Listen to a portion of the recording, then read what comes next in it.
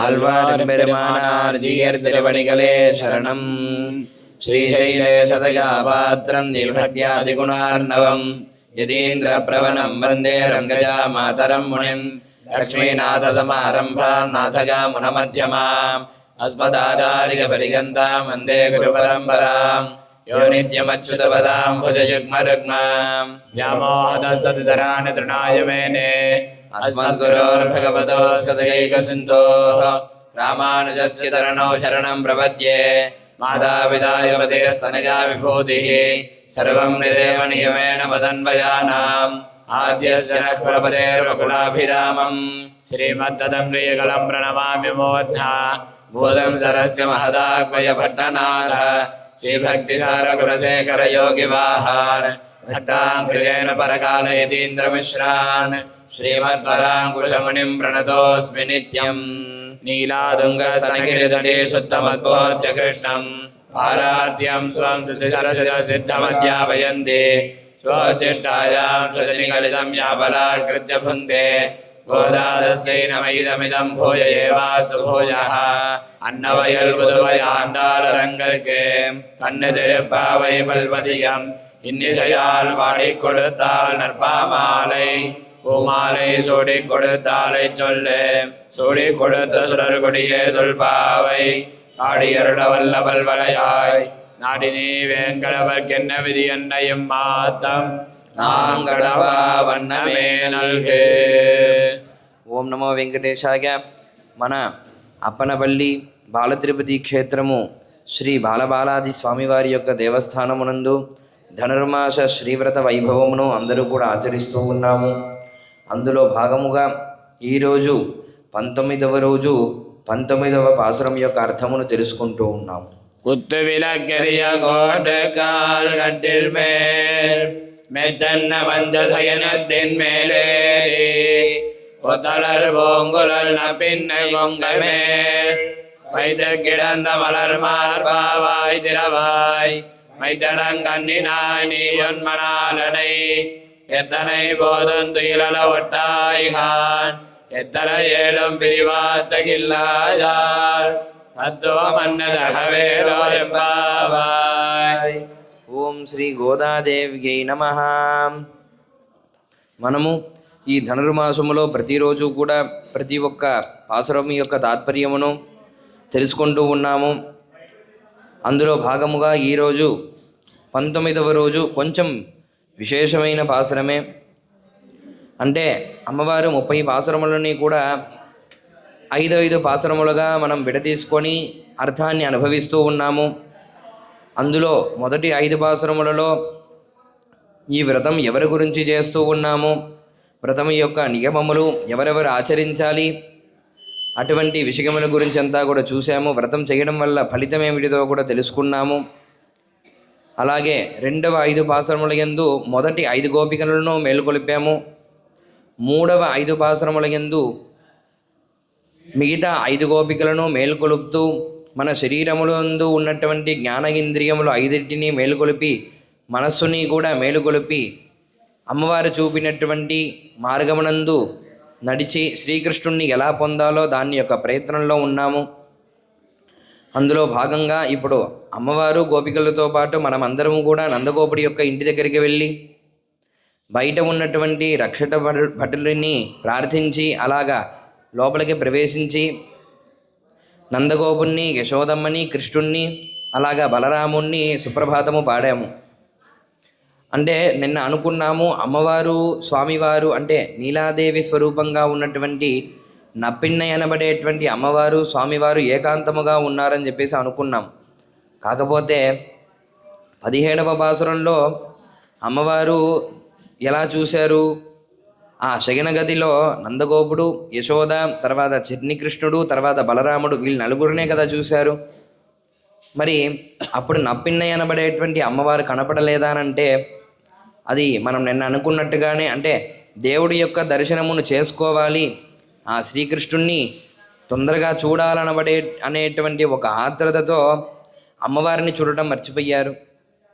అలాగనే నిన్నటి పాసురమునందు అమ్మవారిని గుర్తించి మనం ఎలాగైతే ఆలయంలో దర్శనము చేసుకుంటామో అదే పద్ధతిలో అమ్మవారిని కూడా ప్రార్థించి మేల్కొలవమ్మ, వచ్చి తలుపుని తెరవమ్మ అని చెప్పేసి ప్రార్థించాము. ఇక్కడ ఈరోజు పాసురమునందు కొంచెం విశేషంగా, అంటే ఇప్పటి వరకు చిన్ని కృష్ణుడుగా ఉన్నటువంటి ఆ శ్రీకృష్ణ పరమాత్మ ఈరోజు యవ్వన స్వరూపంలో మారాడనమాట. అంటే అక్కడ నప్పిన్నయ్య అనబడేటువంటి అమ్మవారు, శ్రీకృష్ణుడు ఇద్దరూ కూడా పక్కపక్కన అలా శయనించి ఉన్నారంట.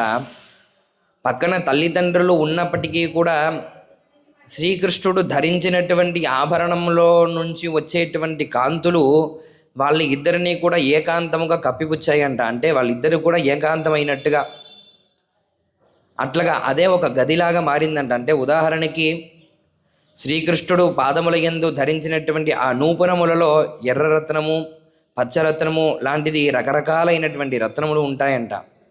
ఆ రత్నములే, అంటే ఆ ఎర్ర రత్నమే ఒక గోడలాగా మారిందంట. ఆ పచ్చరత్నమే మనకి ఎట్లాగా ఇక్కడ కర్టన్లు వేస్తాం కదా, అటువంటి కర్టన్ లాగా మారిందంట.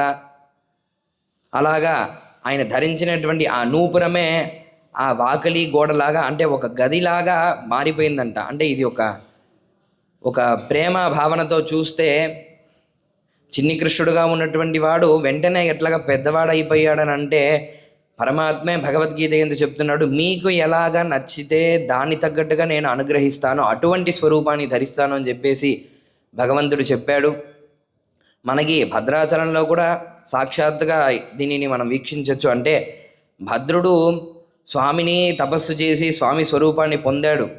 అలా పొందేటప్పుడు భద్రుడికి రామచంద్రమూర్తినే ఇష్టమని చెప్పేసి అప్పటి వరకు మామూలుగా లక్ష్మీనారాయణుడుగా వచ్చి అనుగ్రహించడానికి వచ్చినటువంటి స్వామివారు భద్రుడికి రామచంద్రుడే ఇష్టపడతాడని చెప్పేసి ఆ తొందరలో వెంటనే రామస్వరూపాన్ని ధరించినటువంటి వృత్తాంతం మన అందరికీ తెలిసినదే. అలాగనే ఇక్కడ నప్పిన్నయ్య అనబడేటువంటి అమ్మవారికి ఇక గోపికలు గోదామ్మవారికి అనుగ్రహించడానికి ఇక్కడ శ్రీకృష్ణుడు యవ్వనాన్ని ధరించాడనమాట. అంటే యవ్వన స్వరూపమైనటువంటి సుకుమారమైనటువంటి దేహాన్ని ధరించి ఉన్నాడు ఇక్కడ. అలాగా ఇప్పుడు నప్పిన్నయ్య అమ్మవారు అలానే శ్రీకృష్ణుడు ఏకాంతముగా ఒక గదిలో ఉన్నట్టుగా మనము భావించుకుంటూ ఉన్నాము. అమ్మవారు కూడా ఇప్పుడు మేల్కొలుపుతూ ఉన్నారనమాట. అంటే నిన్న నప్పిన్నయ్య అమ్మవారిని మేలుకొలిపి ఇట్లాగా, అమ్మ మీరు వచ్చి అలాగా మీ చేతి కింద ఉన్నటువంటి గాజులు అలా చలచలని శబ్దము చేస్తుండగా వచ్చి తలుపు తెరవమ్మ అని చెప్పేసి ప్రార్థించారు. అలా ప్రార్థించంగానే ఆ నప్పిన్నయ్య అమ్మవారు లేచారంట. ఆ పడకలో నుంచి అలా లేచారంట. లేచేటప్పుడు ఏమైందంట, శ్రీకృష్ణుడు అంటే ఆ పడక ఇంకా ఆ శయన గది ఎలాగుందని చెప్పేసి ఇక్కడ అమ్మవారు దాని యొక్క వర్ణన చేస్తూ ఉన్నారు. కుత్తు విళక్కెరిగ కోటకాల్ కట్టిల్ మేల్. కుత్తు విళక్ అంటే మంచి దీపపు కుందులు. ఆ దీపపు కుందులో మంచి దీపములు వెలుగుతుండగా, కోటుకాల్ అంటే మనము కువలయాపీఠం అనబడేటువంటి కంసుడి యొక్క ఏనుగుని సంహరించాడు కృష్ణుడు అని చెప్పేసి అనుకున్నాము. ఆ ఏనుగు యొక్క దంతము చేత చేయబడినటువంటి మంచము, అటువంటి మంచమునందు ఆ కట్టిల్ మేలంటే అటువంటి మంచమునందు మెత్తగా ఉన్నటువంటి పంచశయనత్తిన్ మేలేరి. పంచశయనం అంటే 5 శయనము. అంటే మనము ఇప్పుడు ఒక బెడ్షీటు, దాని మీద ఒక బెడ్, దాని మీద ఇంకొక బెడ్షీట్, అలాగా వరుసగా పరుచుకుంటూ వస్తాం కదా. అలాగా స్వామివారు ఉన్నటువంటి ఆ శయన తల్పం ఎలాగుందంట, పంచశయనం 5 రకాలుగా ఉందంట. అందముగా ఉంది, పరిమళిస్తూ ఉంది, మెత్తగా ఉంది, తెల్లగా ఉంది, అలాగే మంచి చూడడానికి స్వరూపంగా ఉంది అని చెప్పేసి 5 రకములుగా ఉందంట. అంటే ముఖ్యంగా ఒక మెత్త అంటేనే తెలుస్తుంది మెత్తగానే ఉంటుందని చెప్పేసి. అందుకనే ఇప్పుడు కూడా భగవంతుడు శయనించి ఉన్నటువంటి ఆ ఆదిశేషుడు కూడా ఎలాగ ఉంటాడంట, తెల్లగా ఉంటాడంట. అంటే భగవంతుడి యొక్క శయనము తెల్లగానే ఉంటుంది. అటువంటి తెల్లగా ఉన్నటువంటి శయనమునందు శయనిస్తేనే మన అందరికీ కూడా ఇటువంటి పీడకలలు ఇవన్నీ రావని చెప్పేసి మనకి శాస్త్రంలో చెప్పబడి ఉంది. అలాగా భగవంతుడి యొక్క శయనం కూడా అలానే ఉందంట. అటువంటి శయనమునందు ఉన్నటువంటి మేల్ ఏరి అంటే పైన ఉన్నటువంటి అని. అంటే ఆ శయనము, అంటే ఆ మంచము, దాని మీద పరుపులు, ఇంకా ఆ గది అంతా ఎలాగ ఉంది అని చెప్పేసి అమ్మవారు చెప్పారు. అంటే అలాగా ఉన్నటువంటి శయనమునందు నప్పిన్నయ్య అమ్మవారు శ్రీకృష్ణుడు ఇద్దరు కూడా శయనించి ఉన్నారు. నిన్న ప్రార్థిస్తే అమ్మవారు సరే అని చెప్పేసి లేచి అలాగ వస్తూ ఉన్నారంట. అలా లేచి వచ్చేటప్పుడు శ్రీకృష్ణుడికి ఒక భావన ఏర్పడింది. అంటే ఇక్కడ నప్పిన్నయ్య అమ్మవారు వెళ్ళేసి గోదామ్మవారు పిలవంగానే వెళ్ళి అనుగ్రహించేస్తే మరి నేనేమైపోతాను, వాళ్ళు వచ్చింది నా కోసమే కదా అని చెప్పేసి ఒక చిన్న చిలిపి ఆలోచనతో ఏం చేశాడంటే అలా పడుకొని ఉండగానే అమ్మవారిని చెయ్యి పట్టుకొని అలా లాగి అమ్మవారిని లేవనీయకుండా అమ్మవారి మీద పడుకునేశారంట. దాన్నే ఇక్కడ చెప్తున్నారు కొత్తలర్ పూంకుళల్ అనంటే అప్పుడే వికసింపడానికి సిద్ధముగా ఉన్నటువంటి పువ్వులను పూంకుళల్ అంటే ఆవిడ యొక్క జుట్టు యందు ధరించినటువంటి, అంటే మామూలుగా బయట దొరికేటువంటి పువ్వులే చాలా తక్కువ ఉన్నాయంట.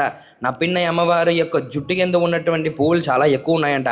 అన్ని పువ్వులని ధరించి ఉన్నటువంటి ఆ అమ్మవారి యొక్క నప్పిన్నై కొంగై మేల్, ఆ అమ్మవారి యొక్క వక్షస్థలము మీద మేల్ వైత్ కిడంద మలర్ మార్బా వైతిరవాయ్, అమ్మవారి యొక్క వక్షస్థలమునందు స్వామివారు కూడా అట్లగా తన వక్షస్థలమును పెట్టి అట్లాగా పడుకునేశారంట. అంటే కింద అమ్మవారు పైన స్వామివారు, నువ్వు ఎట్లా లేచిపోతావే అని చెప్పేసి ఆయన పోనీయకుండా ఇది ఒక శృంగార రసముతో ఆయన అట్లా అమ్మవారిని కింద పెట్టేసి అట్లాగా స్వామివారు పైన అట్లా వెళ్ళకూడదు అన్నట్టుగా ఆపారనమాట. ఈ విషయాన్ని చూసినటువంటి గోదా అమ్మవారు అంటే గ్రహించారనమాట. అంటే చూడటం అంటే నప్పిన్నయ్య అమ్మవారు లోపల ఉన్నారని ఎలా తెలిసింది అని అంటే నిన్నటి పాశ్రమంలో అమ్మవారి యొక్క జుట్టునందు వచ్చేటువంటి ఆ పరిమళమును అర్థం చేసుకొని ఆహా లోపల అమ్మవారు ఉన్నారని చెప్పేసి గోదా అమ్మవారు గ్రహించి అమ్మవారి గురించి నన్ను ప్రార్థన చేశారు. అలానే ఎంతసేపటికి పిలిచేటప్పటికీ అంటే స్వామివారిని దాని ముందు రోజు మేలుకొల్పేమో అయినా స్వామివారు రాలేదు. అమ్మవారి దగ్గర కోరంగానే అమ్మవారు ప్రయత్నిస్తూ ఉన్నారు రావడానికి, ఇక్కడ కృష్ణుడు ఏమో ఆపేశాడు. దాన్ని చూసి ఇక్కడ శ్రీకృష్ణుడి దగ్గర అమ్మవారు అడుగుతూ ఉన్నారు, స్వామి అమ్మవారైన తలుపులు తెరవడానికి వస్తూ ఉంటే మీరేమో అమ్మవారిని అట్లగా ఆపేసి ఆవిడ వక్షస్థలమునందు మీ యొక్క హృదయమును పెట్టేసి అట్లా ఆవిడని ఆపేసి ఉంటే మీరు తలుపులు తెరవకపోయినా పర్వాలేదు, కనీసం వాయి తిరవాయి నోరైనా తెరిచి ఒక మాటైనా పలకండి, మేము మీకోసము ఎంతో దూరం నుంచి అందరినీ సిద్ధము చేసుకొని ఇలాగ శ్రీవ్రతాన్ని ఆచరించడానికి వచ్చాము కదా అని చెప్పేసి అమ్మవారు అడుగుతూ ఉన్నారు. తర్వాత సరే ఇది అడగంగానే స్వామివారికి ఏమైంది, అయ్యో నా కోసం వచ్చారే, అవును నిజమే కదా, నేను వాళ్ళని ఇంతసేపు ఆపి ఉంచడం మంచిది కాదని చెప్పేసి అలాగ ఆయన లేస్తూ ఉండగా అప్పుడు అమ్మవారు చేస్తున్నారంట, మైతడం కన్ని నాయ్ నీ ఉన్మనాలనై. మైతడం అంటే మంచి కాటుక పూసుకుని ఉన్నటువంటి కన్నినాయ్, అంత అందమైన కన్నులు కలిగినటువంటి ఆ నప్పిన్నయ్య అమ్మవారు నీ అంటే నీవు, ఉన్ అంటే నీ యొక్క, మనాలనై భర్తని, ఎత్తనై పోదుం తుగిలబొట్టాయిగాన్. అంటే ఇక్కడ ముందేమో స్వామివారు అమ్మవారిని ఆపారు, అంటే అక్కడి నుంచి లేవనివ్వకుండా, ఇక్కడేమో అమ్మవారు ఆపారంట. ఎత్తనై పోదుం తుగిలల ఒట్టాయిగాన్, ఎన్నిసార్లు అయినా తుగిలల మేల్కొలవడానికి వదలట్లేదంట. ఒట్టాయిగాన్ అంటే వదలట్లేదు. అమ్మవారు ఎలాగ దాన్ని చేస్తున్నారంటే స్వామివారంటే అలాగ కౌగులించుకొని అట్లాగ అమ్మవారిని బంధించాడు. ఇక్కడ స్వామివారు పైకి లేవడానికి చూస్తున్నప్పుడు అమ్మవారు కంటి సైకలతో మీరు చెయ్యకూడదు అని చెప్పేసి ఒక శ్రీకృష్ణ మూర్తికి అలాగ ఒక చిన్న మీరు వెళ్ళకూడదండి అన్నట్టుగా, అంటే మామూలుగా ఇంట్లో భార్యాభర్తల మధ్యలో జరిగేటువంటి విషయమే కదా, అంటే వాళ్ళు మాట్లాడుకున్నా మాట్లాడకపోయినా దూరము నుంచి కానీ అట్లాగా, అంటే మన శ్రీమతిగా ఉన్నటువంటి వారిని గమనిస్తే వాళ్ళు అలా కంటితోనే మాట్లాడేస్తారు, ఏం చెప్పాలనుకుంటున్నారు దాన్ని తగ్గట్టుగా ఎవరైనా తన భర్తగా ఉన్నటువంటి వాళ్ళు చేసి తీరాల్సిందే. ఇక్కడ శ్రీకృష్ణుడు కూడా అలానే ఆవిడ చెప్పడం, ఆవిడ అలాగా కంటి చూపులతో చేసేటువంటి సైకిలకి అలాగ కట్టుబడి అలాగ ఉండిపోయాడంట. దీన్ని చూసి మళ్ళా గోదామ్మవారు ఇలాగ అంటూ ఉన్నారు, అమ్మా అక్కడేమో స్వామివారిని అంటే నువ్వు అనుగ్రహించడానికి వచ్చినప్పుడేమో స్వామివారు అడ్డుకున్నారు, ఇక్కడ స్వామివారు వచ్చేటప్పుడేమో నువ్వేమో అడ్డుకుంటున్నావు అని చెప్తూ ఎత్తన ఏళం పిరివాత్తగిల్లాగాల్ అంటే స్వామివారిని విడవకుండా నువ్వు ఒక్క క్షణం కూడా ఉండలేవా అని చెప్పేసి ప్రశ్నిస్తూనే వెంటనే అటువంటి బాధని అర్థం చేసుకున్నారనమాట. శ్రీకృష్ణుడు లాంటి ఒక భర్త దొరికితే ఎవరు వదులుకుంటారు? ఒక్క క్షణాన్ని కూడా వదులుకోకుండా ఆయన దగ్గరే ఉండాలని అనిపిస్తుంది కదా అనే మనోభావనతో వచ్చి ఎత్తన ఏళం పిరివాత్తగిల్లాగాల్, ఎన్నిసార్లు ప్రయత్నం చేసినా విడిపోవడానికి మనసు రాదు కదా, పిరివి ఆత్తగిల్లాగాల్. అయినప్పటికీ కూడా మేమందరూ కూడా శ్రీవ్రతాన్ని ఆచరించడానికి వచ్చాము అంటే ఒక అమ్మాయి యొక్క మనస్తత్వము అమ్మాయికి అర్థమవుతుంది అన్నట్టుగా అక్కడ అమ్మవారి యొక్క మనస్తత్వము ఇక గోదా అమ్మవారు అర్థం చేసుకొని శ్రీకృష్ణుడిని వీడి ఆవిడ ఉండలేకపోతుంది అని చెప్పేసి, అమ్మ అయినప్పటికీ కూడా మా కోసము కొంచెం కనుకరించండి అంటే తత్వం అండ్రు, ఇది మీ స్వభావము కాదు, తగవు, ఇలా చెయ్యకూడదు. మీరు మీ యొక్క స్వభావం ఏంటిది? ఇలాగా మీ యొక్క పిల్లలు వచ్చేసి ఏమైనా కోరికలు కోరుకుంటే దాన్ని స్వామివారి దగ్గర నివేదించి దాన్ని ఎలాగ చేయించాలో చూడటమే కదా మీరు ఎప్పుడు చేసేటువంటి పనులు. కానీ మీరు ఇప్పుడేమో ఇట్లాగా చేస్తూ ఉంటే ఇది తత్వం అండ్రు, ఇది సరైనది కాదు, తగవు, ఇలా చెయ్యకండి. ఏళోర్ ఎంబావాయ్, స్వామిని పంపించి ఈ శ్రీవ్రతాన్ని మేము ఆచరించేటట్టుగా అనుగ్రహించండి అని చెప్పేసి అమ్మవారు గోదా అమ్మవారు నప్పిన్నయ్య అమ్మవారిని ప్రార్థిస్తూ ఉన్నారన్నమాట. అంటే ఇక్కడ ఒక విషయం మనం గమనించినట్టయితే ఇటువంటి శృంగారాన్ని అందించినటువంటి అంటే పాసురముల యందు అందించినటువంటి అమ్మవారు స్వామివారు అమ్మవారి యొక్క శృంగారం గురించి వినొచ్చా వినకూడదా, ఇవన్నీ తప్పు కదా, ఇటువంటి మనోభావం అంతా తప్పు కదా అని చెప్పేసి కొంతమందికి ఆలోచన రావచ్చు. కాకపోతే కంచి మహాపెరియవ అని చెప్పేసి చాలా గొప్ప వ్యక్తి ఆయన. అంటే సాక్షాత్ ఆ కామాక్షి అమ్మవారిని నడుచుకొని వచ్చేటట్టు ఉంటుందంట. అట్లాగా ఆయన చేసేటువంటి ప్రవర్తన అమ్మవారే చేసేటట్టుగా ఉంటుందంట. ఆయన దగ్గర ఒకళ్ళు వెళ్ళి ఇట్లా అడిగారంట, స్వామి భాగవతంలో శ్రీకృష్ణుడి యొక్క లీలామృతం గురించి అంతా బాగానే చెప్పారు స్వామి, అయినప్పటికీ ఆ రాసలీల అనబడేటువంటి ఒక ఘట్టాన్ని అది మాత్రం లేకపోయింటే కొంచెం బాగా ఆధ్యాత్మికంగా ఉండేది కదా అని చెప్పేసి ఆయన అన్నాడంట. అప్పుడు కంచి మహాపెరియవ అన్నారు, ఎవరైతే ఒకళ్ళు సన్యాసాన్ని అనుష్ఠించడానికి సిద్ధపడుతూ ఉన్నారో వాళ్ళకి మనసు అదుపులో ఉండాలంటే రాసలీల అనబడేటువంటి శ్రీకృష్ణుడు చేసినటువంటి శృంగారపూరితమైనటువంటి ఆ విషయములను ప్రతిరోజు తలుచుకుంటే కానీ వాళ్ళు మనసు అదుపులోకి ఉండదు, ఆ ఆధ్యాత్మికల్లోకి దిగదు. కాబట్టి దాని యొక్క మాహాత్మ్యం గురించి తెలియకుండా మాట్లాడద్దు. నేను సన్యాసాన్ని రావడానికి కూడా ఆ రాసలీల అనబడేటువంటి ఘట్టాన్ని ప్రతిరోజు కూడా పారాయణం చేసి స్వామివారి యొక్క లీలామృతాన్ని అంతా కూడా అనుభవించిన తర్వాతనే నాకు ఈ సన్యాసత్వం అనేదే నేను తీసుకోవడానికి అర్హుణ్ణి అయ్యాను అని చెప్పేసి అక్కడ కంచి మహాపెరియవ చెప్పారంట. కాబట్టి ఇక్కడ అంటే మనకి మామూలుగా ఒక విషయం మనం చూసినా సరే దాన్ని తీసుకునేటువంటి భావన అనబడేటువంటిది చాలా గొప్ప విషయము. ఇక్కడ స్వామివారు ఏం చేసినా సరే అంటే మనం చేసేటువంటి విషయములు ఇవన్నీ కూడా లౌకికమైనది, కానీ పరమాత్మ అమ్మవారు చేసేటువంటి విషయము కూడా లోక రక్షణ కొరకు ఇంకా లోక కళ్యాణం కొరకే ఉంటుంది తప్ప వేరే ఎటువంటి ఉద్దేశ్యము ఉండదు. ఇది కూడా మన అందరికీ కూడా ఎటువంటి మనోభావమును కలగజేసి మన మనస్సుని అలాగా పవిత్రతని కలిగించి తర్వాత ఈ వ్రతమునకు అమ్మవారి ఇంకా పవిత్రతని కల్పించడానికి ఇటువంటి పాసురమును ఇక్కడ అందించారన్నమాట. అలాగా అంటే స్వామివారు అమ్మవారు గోదామ్మవారు వచ్చేసి అలాగా నప్పిన్నయ్య అమ్మవారిని అలాగా వేడుకోగానే ఇంకా రేపటి పాసురమునందు అమ్మవారు ఇంకొకసారి ప్రార్థించుకొని ఇంకా శ్రీవ్రతమును ఆచరించడానికి అందరూ కూడా వెళ్తారనమాట. అంటే ఇక్కడ ఒక విషయం గమనించినట్టయితే ఆ రాసలీలలో 5 లక్షల మంది గోపికలు ఏకకాలంలో శ్రీకృష్ణుడి దగ్గర ఉన్నప్పుడు ప్రతి ఒక్కరికి కూడా తాను ఎలాగా మనస్సులో అనుకుంటారో అటువంటి స్వరూపాన్ని శ్రీకృష్ణుడు ధరించి వాళ్ళందరికీ కూడా అనుగ్రహం చేశారనమాట. రాసలీల అనడం చాలా గొప్ప విషయము. దాన్ని అనుభవించడానికి మనకి మామూలుగా ఉన్నటువంటి ఈ బుద్ధి కానీ ఇటువంటి అంటే మెచ్యూరిటీ అని అంటారు కదా, ఇటువంటి మెచ్యూరిటీ అంటే మనకు సరిపోదంట. అంటే భగవంతుడే సాక్షాత్తుగా వచ్చినటువంటి చేసిన లీలలు కదా. కాబట్టి ఇటువంటి విషయములంతా కూడా ఏది కూడా తప్పు కాదు అని చెప్పేసి పెద్ద పెద్ద వాళ్ళే చెప్పారు.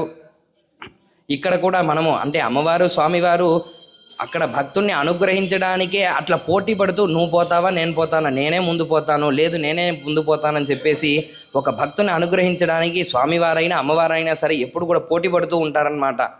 అలా పోటీపడి నేను అనుగ్రహిస్తాను అంటే నువ్వు వాళ్ళు కావాల్సినది ఇస్తావంటే నేను దానికి రెట్టింపు ఇస్తాను, నేను దానికి మూడింతలు ఇస్తానని చెప్పేసి అమ్మవారు స్వామివారు అంతా కూడా ఎప్పుడు కూడా పోటీ పడుతూ ఉంటారనబడేటువంటి విషయాన్ని కూడా ఇక్కడ మన అమ్మవారు ఇక్కడ అందించారు. అలాగా ఈనాటి పాసురం యొక్క అర్థమును తెలుసుకున్నాం. శ్రీమత్యై విష్ణు చిత్తారిక మనోనందన హేతవే నందనందన సుందరిగై గోదాగై నిత్యమంగళం శ్రీయకాంతాయ కళ్యాణ నిధగేర్థినాం శ్రీవేంకట నివాసాయ శ్రీనివాసాయ మంగళం.